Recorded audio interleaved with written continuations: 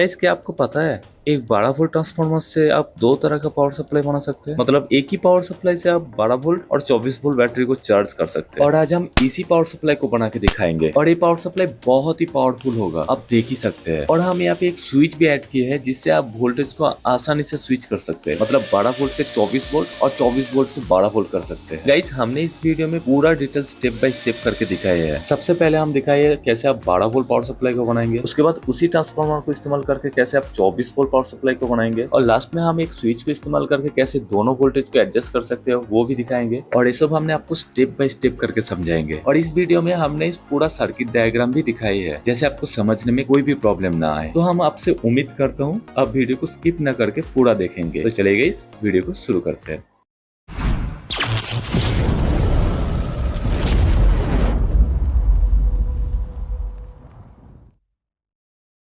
Guys इस power supply को बनाने के लिए हमने ले रहा हूँ 12-0-12 का ट्रांसफार्मर, और ये ट्रांसफार्मर 5 एम्पियर का है। और इस ट्रांसफार्मर का इस साइड से 230 वोल्ट एसी इन होगा और इस साइड से एसी 12 वोल्ट निकलेगा, मतलब 12-0-12 वोल्ट निकलेगा।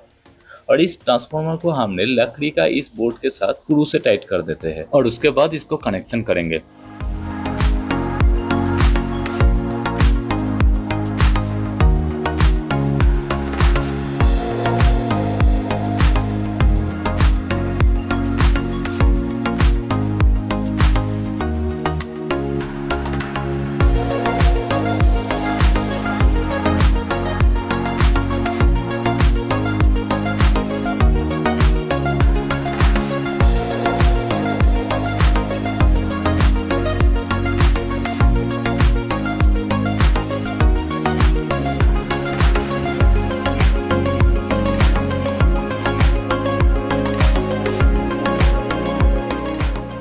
गाइस इस ट्रांसफार्मर का इनपुट के साथ हमने एक पावर कॉर्ड को कनेक्ट करके उस पावर कॉर्ड को हमने प्लग में लगा दिया और इसका पावर ऑन कर दिया। देखिए यहाँ पे इनपुट वोल्टेज एसी 240 वोल्ट के करीब दिखा रहा है। तो चलिए इसका आउटपुट वोल्टेज भी हम चेक कर लेते हैं। इस ट्रांसफार्मर का येलो वायर कॉमन है, इसलिए हम इस येलो वायर और ब्लू वायर से पहले वोल्टेज चेक करते हैं। देखिए यहाँ पे एसी 13 वोल्ट दिखा रहा है और इस साइड से भी एसी 13 वोल्ट दिखा रहा है। और अगर हमने इस दोनों ब्लू वायर से वोल्टेज चेक करें तो यहाँ पे 27 वोल्ट दिखा रहा है। तो ये था एसी वोल्टेज। लेकिन पावर सप्लाई बनाने के लिए हमको जरूरत है डीसी वोल्टेज, और डीसी वोल्टेज बनाने के लिए हम लोग ज्यादातर इस तरह का डायोड का इस्तेमाल करते हैं और इससे हम लोग ब्रिज रेक्टिफायर बनाते हैं कुछ इस तरीके से। और इस ब्रिज रेक्टिफायर में ट्रांसफार्मर का आउटपुट एसी वोल्टेज यहाँ पे कनेक्ट होता है और इस साइड से डीसी आउटपुट निकलता है। लेकिन हमने इस तरह का ब्रिज रेक्टिफायर नहीं बनाएंगे, हमने इस रेडीमेड ब्रिज रेक्टिफायर को इस्तेमाल करेंगे। देखिए इस ब्रिज रेक्टिफायर में यहाँ पे सब कुछ लिखा हुआ है, कौन सा पिन एसी है और कौन सा पिन डीसी पॉजिटिव नेगेटिव है। देखिए गाइस अगर हम उस डायोड से ब्रिज रेक्टिफायर बनाते हैं तो वो मैक्सिमम 6 एम्पियर तक आउटपुट निकलता है और वो बहुत ही हीट हो जाता है। लेकिन इस तरह का ब्रिज रेक्टिफायर में आप जितना चाहे उतना एम्पियर तक ब्रिज रेक्टिफायर ले सकते हैं और इसमें हीट भी नहीं होता है। देखिए गाइस इस ब्रिज रेक्टिफायर को हमने इस लकड़ी का बोर्ड के साथ स्क्रू से फिक्स कर दिया और हमने पहले 12 वोल्ट का पावर सप्लाई बनाएंगे, इसलिए ट्रांसफार्मर का ब्लू और येलो वायर ब्रिज रेक्टिफायर का एसी पिन के साथ कनेक्ट कर दिया। और डीसी वोल्टेज को फिल्टर करने के लिए हमने 2200 mA 50 वोल्ट का कैपेसिटर का इस्तेमाल करेंगे और इस कैपेसिटर को हमने ब्रिज रेक्टिफायर का पॉजिटिव नेगेटिव पिन के साथ कनेक्ट करेंगे।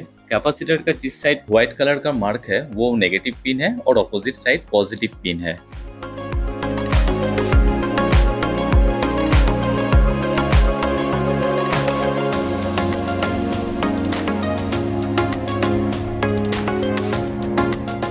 पावर इंडिकेट करने के लिए हमने इस 5 mm रेड एलईडी को ले रहा हूँ और इस एलईडी का पॉजिटिव पिन के साथ हमने एक 1K का रजिस्टर कनेक्ट कर दिया और इस एलईडी को हमने आउटपुट पॉजिटिव और नेगेटिव वायर के साथ कनेक्ट कर देते हैं।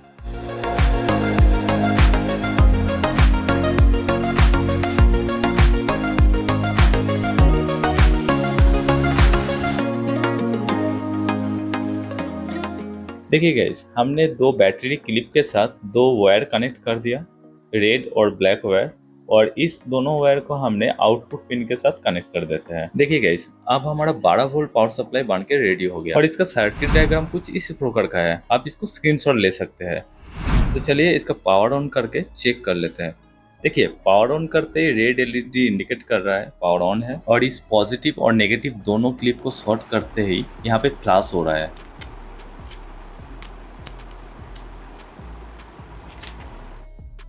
अब मल्टीमीटर से इसका आउटपुट वोल्टेज चेक कर लेते हैं।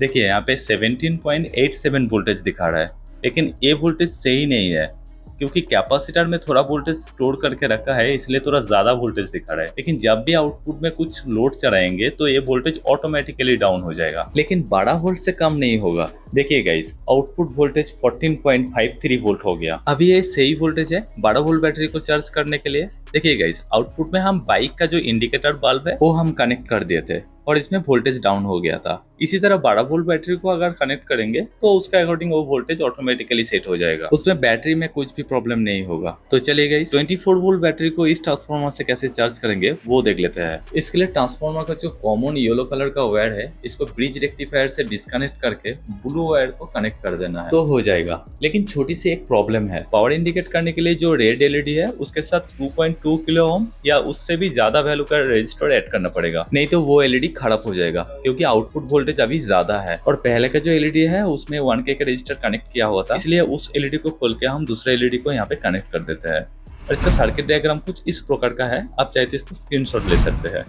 तो चलिए इसको पावर ऑन करके चेक कर लेते हैं। देखिए यहाँ पे पावर ऑन हो गया। अब हम जब भी इस दोनों क्लिप को शॉर्ट करेंगे तो यहाँ पे देखिए बहुत जोर से फ्लैश हो रहा है क्योंकि वोल्टेज अभी बहुत ज्यादा है। तो चलिए मल्टीमीटर से इसका आउटपुट वोल्टेज चेक कर लेते हैं। इसके लिए मल्टीमीटर को DC 200 वोल्टेज में सेट कर दिया क्योंकि आउटपुट वोल्टेज 20 वोल्टेज से ज्यादा होगा। देखिए गाइस, आउटपुट वोल्टेज 36 वोल्ट दिखा रहा है, लेकिन ये वोल्टेज सही नहीं है क्योंकि 24 वोल्ट बैटरी को चार्ज करने के लिए चार्जिंग वोल्टेज 28 से 29 वोल्ट तक लगता है। लेकिन जब भी आउटपुट में लोड देंगे तो ये ऑटोमेटिकली वोल्टेज डाउन हो जाएगा, इसमें बैटरी में कुछ भी प्रॉब्लम नहीं होगा। गाइस, अब हम इस पावर सप्लाई का आउटपुट वोल्टेज 12 वोल्ट और 24 वोल्ट एक साथ कैसे कंट्रोल करेंगे वो देख लेते हैं। इसके लिए हमने इस तरह का एक स्विच ले लिया और इस स्विच ट्रांसफार्मर और ब्रिज रेक्टिफायर के साथ कनेक्ट होगा। तो इसको कनेक्ट करके आपको कनेक्शन समझा देते हैं।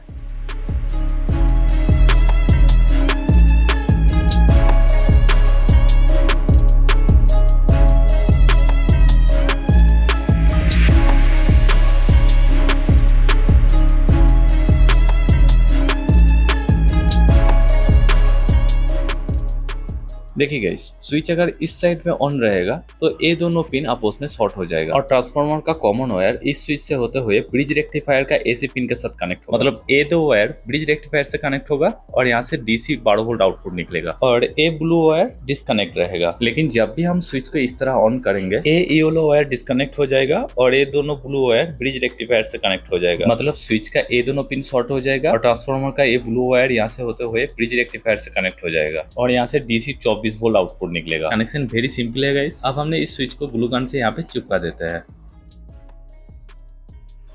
और सर्किट डायग्राम देख लीजिए गाइस। सर्किट डायग्राम इस तरह का होगा। अब हम इसका पावर ऑन करके चेक कर लेते हैं। देखिए पावर ऑन हो गया। अब मल्टीमीटर से आउटपुट वोल्टेज चेक कर लेते हैं और देखते हैं स्विच से आउटपुट वोल्टेज चेंज हो रहा है या नहीं। देखिए अभी आउटपुट वोल्टेज 36 वोल्ट है, लेकिन स्विच को इस तरह ऑन करते ही वोल्टेज डाउन होकर 17.4 वोल्ट हो गया। इस कैपेसिटर में 36 वोल्ट स्टोर करके रखा था और इसको डिस्चार्ज होने में थोड़ा सा टाइम लग रहा है, इसलिए स्विच को जब हम इस तरह से ऑन कर रहा हूँ तो 36 वोल्ट से 17 वोल्ट होने में थोड़ा सा टाइम लग रहा है। गाइस, पेंसिल से हम यहाँ पे मार्क कर लिया 12 वोल्ट और 24 वोल्ट का, मतलब स्विच किस तरह ऑन रहने से कितना वोल्टेज आउटपुट निकलेगा वो हमको पता चल जाएगा। अब हम इस 12 वोल्ट बैटरी को कनेक्ट करके देखते हैं। देखिए जब भी इस बैटरी का पॉजिटिव और नेगेटिव पिन में ये दोनों क्लिप को कनेक्ट किया तब ये रेड एलईडी जल रहा है, लेकिन हमने ट्रांसफार्मर का पावर अभी तक ऑन नहीं किया फिर भी ये जल रहा है क्योंकि ये एलईडी बैटरी से पावर ले रहा है। इससे हम लोगों को ये बैटरी को चार्ज करते टाइम ये पता नहीं चलेगा ये पावर सप्लाई अभी ऑन है या ऑफ है। इसी प्रॉब्लम को सॉल्व करने के लिए हमको एक जुगाड़ लगाना पड़ेगा। उसके लिए हमने पहले इस एलईडी को खोल लेते हैं, उसके बाद आउटपुट पॉजिटिव वायर को भी खोल लेते हैं। अगर इस 6 एम्पीयर डायोड का आउटपुट पॉजिटिव वायर से कनेक्ट कर देते हैं और इस एलईडी को डायोड का एनोड पिन के साथ कनेक्ट करते हैं तो ये एलईडी बैटरी पावर से नहीं चलेगा। लेकिन गैस बैटरी चार्ज होते टाइम ये डायोड यहाँ पे बहुत ही हीट होगा और खराब भी हो सकते हैं, इसलिए हमने इस तरह का डायोड का इस्तेमाल करेंगे। ये डायोड आपको पुराने 10 एम्पीयर या 20 एम्पीयर एसएमपीएस से मिल जाएगा। ये डायोड 20 एम्पीयर का है, इसलिए ये डायोड हीट नहीं होगा और खराब भी नहीं होगा। और इसके साथ हम एक हीट सिंक भी दे रहे हैं, अगर ये डायोड थोड़ा सा भी हीट होगा तो ये हीट सिंक एब्जॉर्ब कर लेगा। इस डायोड का 1 नंबर पिन और 3 नंबर पिन एनोड पिन है और 2 नंबर पिन कैथोड पिन है, इसलिए हम 1 और 3 नंबर पिन को आपस में कनेक्ट कर दिया और इसके साथ एक वायर लेकर ब्रिज रेक्टिफायर का पॉजिटिव पिन के साथ कनेक्ट कर दिया। गाइस, डायोड का कैथोड पिन एनोड पिन के साथ शॉर्ट ना हो जाए इसलिए हमने एक हीट सिंक लगा दे रहा हूँ। उसके बाद एक वायर लेकर डायोड का कैथोड पिन से आउटपुट पिन तक कनेक्ट कर दिया। अब इस आउटपुट से हमको एक कैपेसिटर लगाना पड़ेगा। हम यहाँ पे दे रहे हैं 1000 mAh 50 वोल्ट का कैपेसिटर। हम इस कैपेसिटर का पॉजिटिव पिन डायोड का कैथोड पिन से और negative pin output negative pin से कनेक्ट कर दिया। अब हम इस एलईडी को ले रहा हूँ। इस एलईडी का पॉजिटिव पिन के साथ हमने हीटसिंक ट्यूब को लगा दिया और पॉजिटिव पिन को डायोड का एनोड पिन से और negative pin output negative pin से कनेक्ट कर दिया। देखिए गाइस, इसका सर्किट डायग्राम इस तरह का होगा। अब हम इस बैटरी को लगा के देखते हैं ये एलईडी जलता है या नहीं। देखिए, एलईडी नहीं जल रहा है, इसका मतलब कनेक्शन सही है। अब इसका वोल्टेज भी चेक कर लेते हैं, सही वोल्टेज दे रहा है या नहीं। देखिए, अभी ये 17 वोल्ट दिखा रहा है और जब भी हम स्विच को 24 वोल्ट में सेट किया तो ये 35 वोल्ट दिखा रहा है। और अब दोबारा 12 वोल्ट में सेट किया तो ये वोल्टेज कम नहीं हुआ, क्योंकि दोनों कैपेसिटर में वोल्टेज स्टोर करके रखा है। और जब भी हम इस दोनों क्लिप को शॉर्ट किया तो कैपेसिटर डिस्चार्ज हो गया और अभी सही वोल्टेज दिखा रहा है। अब हमने आपको इस डीसी मोटर को चला कर दिखाते हैं।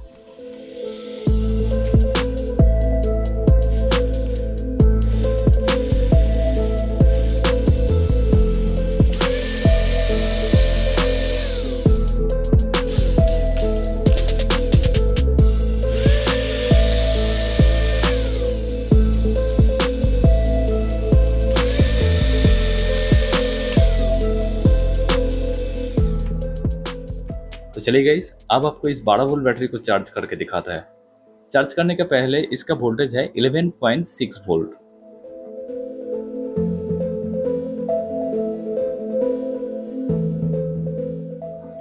और चार्ज में लगाने के बाद इसका वोल्टेज है 12.8 वोल्ट। इस बैटरी को फुल चार्ज होने के लिए कुछ देर ऐसे ही छोड़ देते हैं।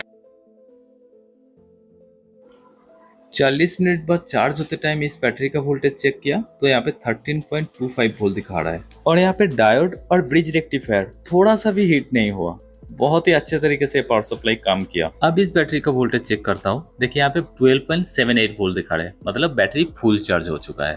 सो फ्रेंड्स, ये वीडियो आप लोगों को कैसा लगा प्लीज कमेंट करके बताना। अगर अच्छा लगा है तो दोस्तों के साथ शेयर भी कर देना। और जो लोग मेरे चैनल पर नए हो, आप लोग प्लीज चैनल को सब्सक्राइब कर लो, क्योंकि इस तरह का अमेजिंग वीडियो मेरे चैनल पर आते रहते हैं। तो चलिए गाइस, मिलते हैं नेक्स्ट वीडियो में कुछ नया टॉपिक लेकर।